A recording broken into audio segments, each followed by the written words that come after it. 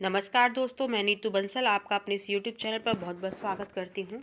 दोस्तों, पृथ्वीराज चौहान, जिन्हें पृथ्वीराज तृतीय के नाम से भी जाना जाता है, भारतीय इतिहास के उन महानतम शूरवीरों में से एक हैं जिन्हें हम भारतीय यश का अंतिम सूर्य भी कहते हैं। आज हम इसी वीर की वीरता के इतिहास को जानेंगे, समझेंगे। चलिए, सबसे पहले हम जानने की कोशिश करते हैं कि पृथ्वीराज चौहान के बारे में जो हमें जानकारी प्राप्त होती है उसके स्रोत कौन कौन से हैं। जिसमें आप सभी को पता है कि पहला ही जो स्रोत है उनके ही महाकवि चंद्रवरदाई द्वारा लिखा हुआ पृथ्वीराज रासो। इसके अलावा पृथ्वीराज विजय, जो कि जयानक ने लिखा था, जो एक जैन कवि थे। ठीक है। पृथ्वीराज विजय जो था वो पृथ्वीराज चौहान के शासनकाल का एकमात्र जीवित साहित्य पाठ माना जाता है। इसके अलावा जो अन्य पाठ हैं उनमें है हमीर महाकाव्य, ताजुल मासीर, प्रबंध चिंतामणि, प्रबंध कोश, पृथ्वीराज प्रबंध, जैनों की पट्टावली मिली है जिसमें भी पृथ्वीराज चौहान के बारे में हमें उल्लेख मिलता है। इसके और अन्य की बात करें तो चंदेल कवि जगनिक है, उन्होंने आलाखंड नाम का एक ग्रंथ लिखा था जिसमें चंदेलों के खिलाफ पृथ्वीराज चौहान ने जो युद्ध लड़ा था उसका अतिरंजित उन्होंने वर्णन किया है। ठीक है।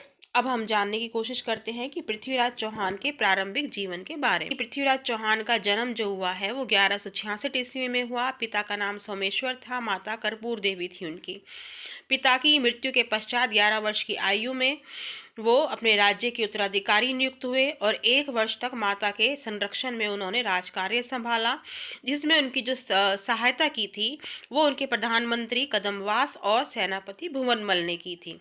और सही 1 वर्ष पश्चात 1178 ईस्वी में पृथ्वीराज चौहान ने अपने शासन की बागडोर संभाली और शासन पर बैठते ही, गद्दी को संभालते ही उन्होंने अपने दरबार में अपने जो विश्वास पात्र मंत्री थे उनको उच्च पद देने आरंभ कर दिए और इसके साथ ही उन्होंने शीघ्र ही विजय नीति को क्रियान्वित करने का बीड़ा उठाया। इन्हीं पृथ्वीराज चौहान को हम राय पिथौरा के नाम से भी जानते हैं। अब बात करते हैं कि पृथ्वीराज की जो विजय नीति थी उसके बारे में इतिहासकार गोपीनाथ शर्मा जो हैं वो ये कहते हैं कि पृथ्वीराज की विजय नीति के 3 पक्ष थे। पहला, स्वजनों के विरोध से मुक्ति पाना, दूसरा, पड़ोसी राज्यों का दमन, तीसरा, विदेशी शत्रुओं का मुकाबला। अब हम पृथ्वीराज चौहान की विजयों के बारे में बात करते हैं। जैसे कि गोपीनाथ शर्मा जो कह रहे हैं कि उनके पहले जो विजय नीति का जो पक्ष था, पहला ही क्या था, सैजनों के विरोध से मुक्ति पाना। अब इसमें क्या है कि देखिए, उनके जो चाचा थे, खुद के ही चाचा अपर गांगे, उन्होंने विद्रोह कर दिया। और विद्रोह क्यों किया? क्योंकि वो ऐसा समझते थे कि पृथ्वीराज चौहान जो है वो अल्पवयस्क है और इस कारण वो उसको आसानी से परास्त कर पाएंगे। और पृथ्वीराज चौहान ने उनकी हत्या कर दी, लेकिन अपर गांगे के जो छोटा भाई था नागार्जुन, उसने गुड़गांवा में विद्रोह कर दिया। लेकिन जब पृथ्वीराज चौहान अपनी सेना के साथ गुड़गांवा पहुंचा तो नागार्जुन जो है वो गुड़गांवा से भाग खड़ा हुआ। लेकिन उसका नागार्जुन का सेनापति देवभट्ट, इसने गुड़गांवा को बचाने की कोशिश की लेकिन नाकाम रहा और अंत में पृथ्वीराज चौहान ने इन दोनों के ही विद्रोह का दमन कर दिया और गुड़गांवा पर अपना कब्जा बनाए रखा। अब बात करते हैं भंडानकों के दमन की, जो कि हम बात कर रहे हैं कि पृथ्वीराज चौहान की जो विजय नीति थी उसका दूसरा पक्ष यानी कि पड़ोसी राज्यों का दमन के अंतर्गत आती है। अब भंडानक जो एक जाति थी जो कि काफ़ी उपद्रवी जाति मानी जाती थी उस समय की, जो गुड़गांव और हिसार के आसपास के क्षेत्रों में रहती थी। और गुड़गांव और हिसार का जो ये क्षेत्र है ये हरियाणा में पड़ता है आज के समय में। ठीक है। पृथ्वीराज चौहान ने इस जाति को परास्त किया और अपने राज्य की जो उसकी उत्तरी सीमा थी उसको सुरक्षित कर लिया। इस जो ये घटनाक्रम हुआ है इसकी जो हमें जानकारी मिलती है वो उन्हीं के समकालीन लेखक जिनपति सूरी जो हैं वो इस दमन का वर्णन करते हैं। अब बात करते हैं महोबा पर विजय, जो कि 1182 ईस्वी में हुई। चंदेल शासक परमर्दी देव इस समय महोबा के शासक थे, जो कि पृथ्वीराज चौहान के समकालीन शासक थे। अब बात करते हैं इन कारणों की कि किन कारणों से पृथ्वीराज चौहान ने महोबा पर आक्रमण किया था। पहला जो कारण माना जाता है इतिहासकारों के द्वारा कि भंडानकों के दमन के बाद पृथ्वीराज चौहान की राज्य की सीमाएं चंदेल के महोबा राज्य से मिलने लगी थी। दूसरा जो कारण माना जाता है कि पृथ्वीराज चौहान ने अपने कुछ सैनिकों की हत्या का बदला लेने के लिए महोबा पर आक्रमण किया था। इस आक्रमण में परमार्दी देव के सेनापति आल्हा व उदल युद्ध में वीर गति को प्राप्त हुए, जिनके बारे में चंदेल कवि जगनिका ने आल्हा खंड में उनकी वीरता का वर्णन करते हुए आल्हा उदल की उनका यशोगान किया है। ठीक है, जब इस युद्ध में महोबा पर पृथ्वीराज चौहान ने विजय प्राप्त कर ली तो उसने अपने जो अधिकारी है पंजुन राय को वहां पर महोबा का अधिकारी नियुक्त किया और पृथ्वीराज चौहान वहां से फिर वापस लौट आया है। ठीक है, अब बात करते हैं पृथ्वीराज चौहान व गुजरात के चालुक्य शासक भीमदेव द्वितीय के बारे में। पृथ्वीराज रासो कहता है कि आबू की राजकुमारी थी इक्षिणी, जिससे भीमदेव सेकंड जो है वो शादी करना चाहता था, लेकिन पृथ्वीराज चौहान ने इक्षिणी के साथ शादी कर ली और इस कारण भीमदेव सेकंड जो है वो पृथ्वीराज से शत्रुता का भाव रखने लगा था। ठीक है, जबकि गोपीनाथ शर्मा कहते हैं कि दोनों शासकों के बीच में जो आपसी संघर्ष था उसका कारण उनके राज्य की सीमाओं का मिलना था और साथ ही साथ उन दोनों शासकों की महत्वाकांक्षाएं थीं। दोनों ही शासकों में छोटी मोटी झड़पें चलती रहीं, लेकिन जगदेव प्रतिहार की मध्यस्थता से दोनों में संधि हुई, लेकिन ये जो संधि थी ये एक तरह से स्थायी सिद्ध नहीं हुई और इन दोनों में आपसी शत्रुता जो है वो चलती ही रही। ठीक है, पृथ्वीराज व जयचंद। पृथ्वीराज और जयचंद इन दोनों के संबंध भी आपस में अच्छे नहीं थे। जयचंद जो था वो कन्नौज का शासक था जो गढ़वाल वंश का था। इन दोनों के बीच में आपसी जो शत्रुता थी उसके पीछे कारण जो थे वो इतिहासकार बताते हैं कि दिल्ली पर नियंत्रण को लेकर चौहानों और गढ़वालों के बीच में आपसी जो वैमनस्य है वो पुराने समय से ही चला आ रहा था। इसके अलावा पृथ्वीराज चौहान क्योंकि उसने अपनी दिग्विजय करने की अपनी नीति बनाई थी तो इस नीति को पूर्ण करने के लिए वो कन्नौज पर आक्रमण करना चाहता था, उस पर कब्जा करना चाहता था। और इसी तरह जयचंद जो था वो भी चौहानों के राज्य को जीतकर उस पर कब्जा करना चाहता था।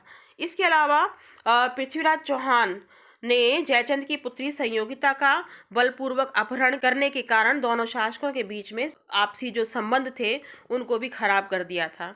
एक प्रचलित मत के अनुसार जयचंद ने मोहम्मद गौरी को सहायता का आश्वासन दिया पृथ्वीराज चौहान के विरुद्ध और उसको भारत पर आक्रमण करने के लिए आमंत्रित किया। पुरातन प्रबंध संघ ये जानकारी देता है कि गौरी के हाथों जब पृथ्वीराज चौहान की पराजय हो गई और ये खबर जब जयचंद के पास पहुंची तो उसने अपने राज्य में खुशियां मनाई थी। अब बात करते हैं संयोगिता की कहानी की। संयोगिता की कहानी वास्तव में थी क्या?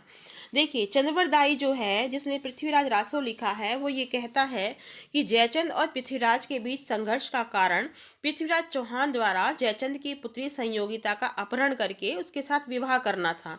ठीक है, अब वो ये जो पृथ्वीराज रासो में जो वर्णन करता है वो ये कहता है क्योंकि पृथ्वीराज चौहान और संयोगिता आपस में एक दूसरे को पसंद करते थे, लेकिन जयचंद नहीं चाहता था कि संयोगिता का जो विवाह है वो पृथ्वीराज चौहान के साथ हो। वो चाहता था कि संयोगिता की शादी किसी अन्य राजकुमार के साथ हो। इसके लिए उसने क्या किया, उसके लिए उसने राजस्व यज्ञ और संयोगिता के विवाह के लिए उसने स्वयंवर का आयोजन किया। इस स्वयंवर के आयोजन जब उसने किया था तो उसने पृथ्वीराज चौहान को नहीं बुलाया। इसके अलावा और जो उस समय के राजा महाराजा जो थे उनको इस स्वयंवर में उसने बुलाया था। और जब पृथ्वीराज चौहान को क्योंकि वो उससे शत्रुता रखता था तो उसने जो ये आयोजन हुआ था उसमें बाहर जो गेट के बाहर द्वारपाल जहाँ खड़ा होता है वहाँ पर उसने पृथ्वीराज चौहान की मूर्ति द्वारपाल की जगह खड़ी करवा दी। अब जब स्वयंवर का समय आया और राजा महाराजा जब ये इंतजार कर रहे थे कि संयोगिता आएगी और शायद हमें वरमाला पहना देगी, लेकिन हुआ यहाँ पे बिल्कुल उल्टा। हुआ ये कि संयोगिता ने उन राजा महाराजाओं को तो इग्नोर कर दिया और बाहर जाकर जो पृथ्वीराज चौहान की जो द्वारपाल के रूप में मूर्ति खड़ी थी उसको जाकर वरमाला जो है वो पहना दी। और at a time Prithviraj Chauhan यहाँ पर आता है और संयोगिता को उठाकर ले जाता है और बाद में उसके साथ शादी कर लेता है। तो ये जो आपस में जो शत्रुता का जयचंद और पृथ्वीराज के बीच में ये बहुत मुख्य कारण माना जाता है चंद्रवरदाई के द्वारा, और जिसकी पुष्टि डॉक्टर दशरथ शर्मा ने अपनी पुस्तक द अर्ली चौहान में भी की है। वो ये कहते हैं कि संयोगिता की जो घटना है वो ऐतिहासिक रूप से सत्य है। ठीक है, जबकि डॉक्टर R.S. त्रिपाठी और गौरी शंकर हीराचंद ओझा एवं अन्य जो लोग हैं वो ये कहते हैं कि संयोगिता की घटना सिर्फ एक प्रेमाख्यान है, यानी कि सिर्फ एक लव स्टोरी है, इसका ऐतिहासिकता से हिस्ट्री से कोई संबंध नहीं है। ठीक है, अब बात करते हैं पृथ्वीराज चौहान और मोहम्मद गौरी के बारे में। मोहम्मद गौरी जो था उस समय गजनी का गवर्नर नियुक्त हुआ था। 1175 ईस्वी में इसने मुल्तान पर आक्रमण किया। मुल्तान पर आक्रमण करने के बाद ये गुजरात, सियालकोट और लाहौर पर इसने विजय प्राप्त की। जाहिर सी बात है कि जोश अपने चरम सीमा पर था इसका। और इसके बाद हम जो मुख्य जो युद्ध इन दोनों के बीच में जानते हैं वो है तरायन का प्रथम युद्ध और तरायन का द्वितीय युद्ध। लेकिन राजस्थानी जो स्रोत कहते हैं वो ये कहते हैं कि पृथ्वीराज चौहान और गौरी के बीच में अनेकों लड़ाइयाँ लड़ी गईं, जिनमें गौरी को हमेशा पराजय का सामना करना पड़ा। जिसमें 21 बार की लड़ाई जो है उसका जिक्र करता है पृथ्वीराज रासो, जबकि हमीर महाकाव्य कहता है कि पृथ्वीराज चौहान व गौरी के बीच में 7 बार युद्ध लड़ा गया, जिसमें हर बार पृथ्वीराज चौहान जो है वो विजय हुआ। अब बात करते हैं तराइन के प्रथम युद्ध की, जो कि 1191 ईस्वी में घटा। मोहम्मद गौरी ने तबर हिंद पर अपना अधिकार कर लिया और यहाँ पर अधिकार करते हुए वो तराइन पहुँचा।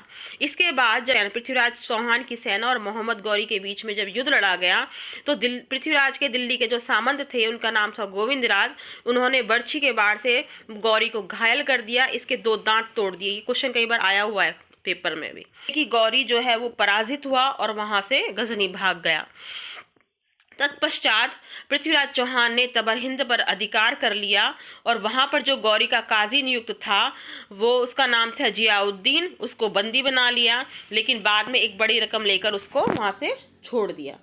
ठीक है, अब बात करते हैं तराइन के द्वितीय युद्ध की, जो कि 1192 में घटा। उसकी क्या घटनाएं थी? गौरी जो है तराइन का प्रथम युद्ध लड़ने के बाद उसी मैदान पर लाहौर और मुल्तान के रास्ते उसने तराइन के इसी मैदान पर उसने प्रवेश किया, जिसके बारे में हसन निज़ामी कहता है कि गौरी ने रुकनुद्दीन हमजा को अपना दूत बनाकर पृथ्वीराज के पास अजमेर भेजा और उसको इस्लाम धर्म ग्रहण करने व गौरी की अधीनता स्वीकार करने के लिए कहा।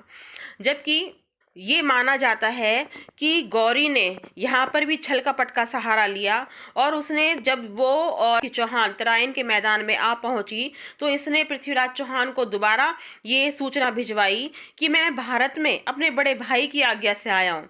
यदि आपस में हम दोनों कुछ एक अस्थायी राजीनामा कर लें कि हम दोनों ही पक्ष एक दूसरे पर आक्रमण नहीं करेंगे, क्योंकि मेरा भाई जो है जब तक वो मुझे उत्तर देगा तब तक मैं युद्ध से विरत रहूंगा, यानी कि मैं युद्ध नहीं लड़ूंगा। और पृथ्वीराज चौहान उसकी बातों में आ गया और वो इस इंतजार में बैठा रहा कि गौरी का भाई का उत्तर आएगा और तब जाके कोई युद्ध के लिए डिसीजन होगा। ठीक है, और पृथ्वीराज चौहान की जो सेना है वो भी आराम में आ गई। और इधर गौरी ने इस युद्ध के लिए अपनी सेना को 4 भागों में विभाजित कर दिया। यहाँ देखो उसने छल कपट का सहारा लिया है। पृथ्वीराज चौहान जो है उसकी सेना तो रेस्ट मोड में आ गई है, जबकि गौरी ने अपनी सेना को चारों तरफ फैला दिया और अपने कैंप के आगे ये कहा कि तुम अपने कैंप के आगे आग लगाते रहो, आग लगा के रखो, कि जिससे कि क्या है कि पृथ्वीराज चौहान की जो सेना है उसको ये लगे कि गौरी की सेना अपने कैंपों में ही बैठी है। ठीक है, अब इसमें क्या हुआ कि जब चारों तरफ सेना को फैला दिया उसने, रात के समय जब पृथ्वीराज चौहान के सैनिक सो रहे थे तो मोहम्मद गौरी की सेना ने अचानक से आक्रमण कर दिया पृथ्वीराज चौहान की सेना के ऊपर। इस अचानक से आक्रमण से पृथ्वीराज चौहान की सेना है वो घबरा गई और अंत में पृथ्वीराज चौहान के हजारों सैनिक इस युद्ध में वीर गति को प्राप्त हुए और पृथ्वीराज चौहान का वीर सेनापति था गोविंदराज, वो भी इस युद्ध में वीर गति को प्राप्त हुआ। इस युद्ध में मोहम्मद गौरी ने एक कोतल सेना, जिसको कि रिजर्व सेना कहते हैं, उसका प्रयोग किया था। याद रखिएगा इस बात। इसके बाद जब वो युद्ध में हार गया है पृथ्वीराज चौहान, तो सिरसा के पास सरस्वती नामक स्थान पर पृथ्वीराज चौहान को बंदी बना लिया गया। पृथ्वीराज रासो कहता है कि बंदी पृथ्वीराज को मोहम्मद गौरी गजनी ले गया, जहां शब्द वेदी बाण के प्रदर्शन के समय पृथ्वीराज ने गौरी को मार दिया। ठीक है, जबकि हसन निज़ामी ये कहता है कि पृथ्वीराज ने गौरी के अधीनस्थ के रूप में अजमेर पर शासन किया, और इसामी अपने मत के समर्थन में एक सिक्के का जिक्र करता है जिसमें एक तरफ मोहम्मद बिन साम और दूसरी तरफ पृथ्वीराज अंकित है। ठीक है, अब हम बात करते हैं पृथ्वीराज चौहान की पराजय के कारण के बारे में। जैसा कि इतिहासकार मानते हैं कि पृथ्वीराज चौहान वीर तो था, लेकिन उसमें दूरदर्शिता व कूटनीति का अभाव था। उसने अपने पड़ोसी राज्यों के साथ कोई भी मित्रतापूर्ण संबंध बनाकर नहीं रखे। उसके संबंध अपने पड़ोसी राज्यों के साथ शत्रुतापूर्ण थे। जैसे कि गुजरात का जो शासक था भीमदेव सेकंड, जब उस पर गौरी ने आक्रमण किया तो पृथ्वीराज चौहान ने उस समय उसकी कोई मदद नहीं की, और नतीजा ये निकला कि जब पृथ्वीराज चौहान पर गौरी ने आक्रमण किया तो भीमदेव ने उसको कोई भी सहायता नहीं पहुंचाई। इसके अलावा पृथ्वीराज चौहान जो था उसने तराइन के जब प्रथम युद्ध लड़ा गया और उस युद्ध में वो जीत रहा था और गजनी की जो सेना थी वो भाग रही थी, लेकिन पृथ्वीराज चौहान ने उस सेना को भागने दिया, उस पर कोई भी आक्रमण नहीं किया।